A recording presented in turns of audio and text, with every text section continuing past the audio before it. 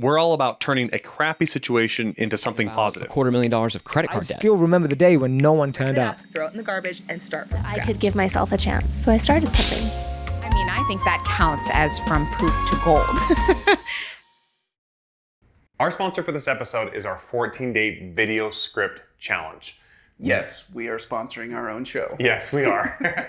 Welcome back, everyone, to From Poop to Gold. I'm Daniel Harmon, Chief Creative Officer at Harmon Brothers, and your host. My guest today is Frederike Migom, right? Yes. Did I get that right? Migom. Okay, I got the last name right. Awesome. I knew I'd get the first one, but then I started thinking about the second. But anyway, nervous. Yeah, I did get nervous. So we're at the Sundance Film Festival, and Frederike has a film that is showing here. Did it already show? It did already show. It's shown twice, but the official screening is actually only tomorrow. It's only tomorrow, that's right. The name of it is Binti, and I'm pronouncing that right. Give our listeners a little bit of a background on this film, what it's about. Admittedly, I've seen the trailer, haven't been able to watch the film yet, so why should they get excited about it? So yes, it's a family film, and it's about a 12-year-old girl, Binti. Binti is Swahili for girl and daughter. And she dreams of being a famous YouTuber. She's very talented, she's very good. She's grown up in Belgium with Congolese origins. And her and her dad are undocumented, so they're threatened with deportation. And she meets this little boy, Elias, who has an animal club. He wants to save the okapi, which is an animal that happens to live only in the Congo. Okay. So there's a link, and these kids meet, and his parents are divorced, and Binti decides to try and match her dad to Elias's mom, believing that if they'll fall in love and they'll get married, she can get to stay in the country. And that's her way to get her documents all. Exactly. Well, that's her plan. It's That's her obviously plan. a bit naive, but that's what she's going for. Yeah. It's dealing with a pretty heavy issue, right? It's doing it in a way that is kind of, well, at least in the trailer, it feels very fun. Like Binti has a lot of personality. She's obviously making these videos and stuff, and so she's having a lot of fun with it and has like a lot of hope for her future and that kind of thing. But yeah, I mean, I was making a kid film. Mm-hmm. I knew I was making a kid film, and I wanted it to be, the fun that was The Parent Trap for me in the 90s. But then, I mean, I also make films about things that puzzle me in the world, I guess, things that happen. And I think it's important also for kids to, and for adults for that matter, cinema can really also be a means of learning and, So then I wanted to combine both. That was the goal, and I think that was a difficult balance to find, for sure. Cool. But I think we did something, yeah. Very good. So give us a little bit of your background. How did you come to be a filmmaker? I wanted to be an actor at first. And honestly, when I look back on it, I think I wanted to be an actor because that's the only thing, when you're a kid, it's the only thing I knew Yeah, like, that's films, filmmaking, right? Exactly. Is being an actor. That's what you see, You're right? on camera. Yeah. You don't know about all these other people, dozens of people behind the camera. So that's what I then went for. I wanted to go, I went to study in New York as soon as I finished high school because that was kind of my dream, I guess. It's funny because in a way I think Binti and her dream, I mean, there's definitely like a link with how passionate I was when I was a kid and like going straight for this thing. So then I studied acting at the American Academy of Dramatic Arts in New York. Stayed there for another year, got kicked out. Well, I had to, I mean, my student visa expired, I had to leave. Then went to Paris to study film, mostly because I didn't feel like going home, that felt weird. Okay. It was too expensive to study in the States. It's very expensive in New York. Yeah, exactly. So I went to Paris, which was also nice. Which is also not expensive. Complaining, yes. It's very Well, it's not as expensive. Not No, as it makes expensive sense. as New York, It's a huge but it is difference. expensive. Yeah. Yeah. And so I studied filmmaking there, and then I started working as a producer because that's just, I mean, after college you need a job, and that's the job I got. And I was assistant to the producers, did that for a few years, and then I guess when you have creative ambition, you can't be, I mean, then it automatically at some point I wanted to make a short film. And then it was actually acting that saved me a little, because producing is so hardcore. Yeah. It's really hard to make that move from producing to writing and directing, because you have no time. It's Right. such an all-consuming job. Right. And then I got a little acting gig that allowed me to pay my bills Okay. and gave me time to write on the side. Okay. Yeah. So it's actually thanks to that little part that I had in a series at home that I got to make my first short. And as soon as I was shooting that, I was like, oh, this is what I want to do. This is what I really love. Yeah. And then I did 3-4 shorts and a first feature. Very cool. So you're, is it the writing or the directing that you prefer more? Or do you like to do the both? Like take it all the way from the concept to the I finished think product? what is great, what makes directing the most beautiful job in the world is that you get to have all these stages. Yeah. The writing, I love it because the research, I make films about things that interest me and that puzzle me. And so the research to me is incredibly interesting because I learn. Yep. And it comes to life and it's magic. But it's also very difficult and it's also very lonely. Yeah. So it's so nice that by the time you feel like you're going completely bananas in your, little desk in your room, you get to be then talking to people, and then you Interacting, get to collaborating, shooting. Exactly, and then when you're shooting, it's so social. Yeah. By the end of the shoot, you're like, oh my God, leave me alone. Then you get to be in the editing room, which then again is like, you Yeah. know. And then after that, you get to be social again when the film comes out. So it's this nice mix, and it's just, it's great. I think she just described exactly why I like directing. Isn't it? Yeah. It's yeah. very much the way. It's just kind of a little bit of the change of pace for like an ADD kind of mind, for a creative mind of just like, I'm kind of naturally more introverted, but then there's points where if I'm just doing that too much and I'm not actually collaborating with people, then I get a little bit, I like working with people one-on-one. I love that. Yeah. It's more like put me in a party and I have to go talk to everyone. That's kind of scary for me, It's important, though. It is important. It is Yeah. important in this business, very much so. But exactly, once you've had enough of that, you can go back to and a lot of people mind feature filmmaking because it's such a long process. They go, oh my God, it takes so long to get the whole thing. But I also kind of like the time to do. There's obviously always times that you start hating your project and then you go through all these phases. But I also like this kind of sitting on that project for so long and it becomes this, it's so big and long and real. I kind of enjoy it, actually. How long did it take from writing to a finished product for Binti? About 5 years. About 5 years. Ooh. Yeah. Okay, so it was on again, off again kind of a thing, I'm assuming. Well, I guess Or was it's that mostly the constant? writing that takes so long. Yeah. And of course, the financing always takes Yeah, a long time the financing as well. takes a while. But I think it's also because I am a director more than a writer, meaning that writing for me is this long process of, Yeah. and then there's a lab, and then there's a coach and another coach, and you go through all these phases. I think that's the longest. But of course, the first 3 years, I did other things. I shot 2 short films in those first 3 years also. Mm-hmm. So of course you're not, I don't think you can just do that For 5 years, yeah, no way. But the whole process, about 5 years. Yeah. And I think that actually went relatively fast. Yeah, it goes by pretty fast. So you mentioned that there's moments in the project where, like you said, you begin to hate it. There's like a point where, I don't know if you've read the book Steal Like an Artist, but No. in there they talk about the dark night of the soul. Like it's a moment where everything just feels like this is really bad, before it gets better. And this podcast is called From Poop to Gold. So that's what we talk about a lot is when have you had that crappy situation with Binti that you were able to turn into something positive? What was that? That's so funny because doesn't that also come from a book, a screenwriting book? Probably. The Dark Night of the Soul. The Dark Night of the Soul also refers to the worst moment before Act 3, then fixes it all, right? Yes, it's very much a parallel to Yeah. the storytelling. Blake Snyder's book, yeah. Funny. What was the time that I was hating it? Yeah.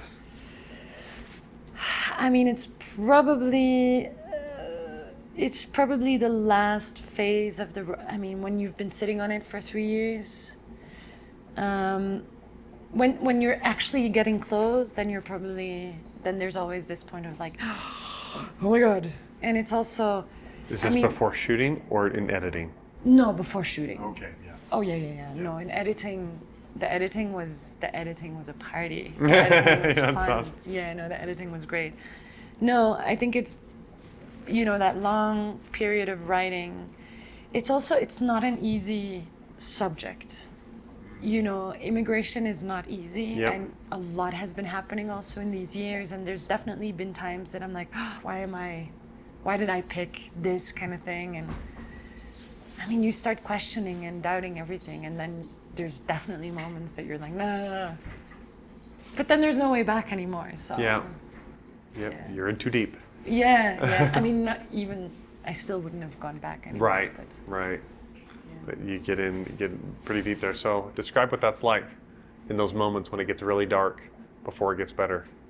And then how do you flip it to something that becomes great? well, there's tears, anxiety. There is running circles in your house, doing like, I mean, it's quite literally that kind of. And then I think you need pep talks and people telling you, get yourself together. I had a friend who would always say that. Feel the fear, do it anyway. Okay. It's a good one. Yeah. Allow yourself to feel it, but then The fear is power okay. through. Uh-huh. Yeah. And then you just keep going. Yeah. Yeah. Very cool. So tell us a little bit for someone that's listening and wants to get into film. Tell us a little bit about what do you know now that you wish you would have known maybe, I don't know how long you've been in this business, but that you would have known years ago. What are some tips for getting into film? I think if you want to make feature films, which is, I guess, a very specific sort of difficult part, stick with it. Okay. Like when you are going through those moments of like, oh, it's taking too long and it's so hard, blah, blah, blah, blah. Keep going. Yeah. Okay. And also be careful in what you do on the side, because Okay. it's so easy to, you have to pay those bills. Right. Because this writing process is hard also because you have no money coming in. Right. And then you have to do other jobs. Yeah. And then they take too much of your space, and then it's really difficult to write still. And that's also, I think, where often the time then flies, and then 10 years have passed and you're still Yeah. working on your script. I guess then there's this balance with like how much money do you need, and learn to say no to certain things, and make space for you to make it, to work on that feature, I guess. Budget the time to work on what your real goal is, right? Yeah. As opposed to the day-to-day of I have to pay the bills or I have to do X, Y, or Z, but really make the time to sharpen the saw, develop the skill. Yeah, because you're probably craft. gonna have to have another job at Yep, some point. yep. I mean, Most do. In LA, most do. exactly. Way to go for those who don't, but especially in the beginning. They're driving Uber, they're waiting tables, they're doing that kind of stuff, yeah. But then indeed try to measure out how much do you really, really need, and try to keep as much space for the actual writing process. Yeah. And surround yourself with good people. It's super important. Look for them, talk to them, make friends, because you need the mentors and the coaches, and you need people to read your stuff. Also super important. Don't be like, oh no, it's not ready yet. Yeah. Have Just people read it. Get the garbage out there. Yeah, because as soon as you get response, it's real. Yeah. And even if it's bad, it's out there, and then the moments start coming where you don't when there's no way returning. That's right.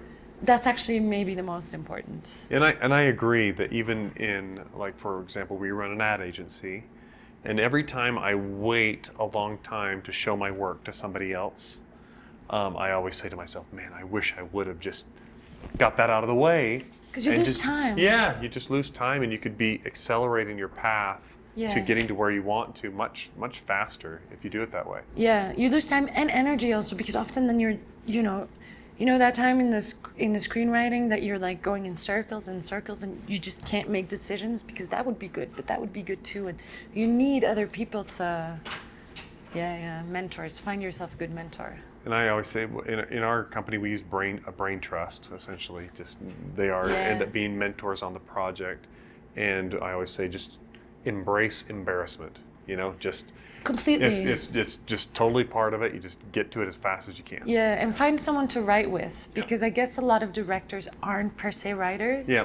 But in the beginning, you often have to write yourself because who's gonna want to write for you? You can't pay them. Right. Try to find collaborators. Yeah. Yeah, to make your writing much better, Yeah. especially if you're weaker in that area.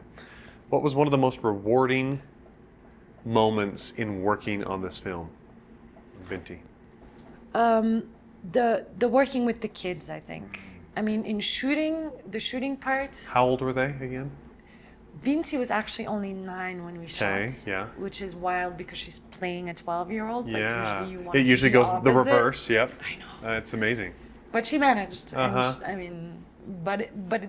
But then the responsibility is big. I mean, you sometimes have to remind. She's only 9. Like, Yeah. treat her like a 9-year-old. Yeah, like a rather than being like, come Yeah, on, just get this done. But to me, it was very important to be very close to them, rather than being the tough director. Yeah. I also told my AD, like, you have to be the tough one because I'm gonna be the nice one. Yeah. Sorry. Yeah. It's very smart. Yeah, because So that they were comfortable around you, that they wanted to work with completely, you, that they and we enjoyed loved the each job. other. Yeah. And they were my little army. I mean Yep. that in a gentle way. Yep. Like when we were, doing overtime, or when there was like crises going on. Yep.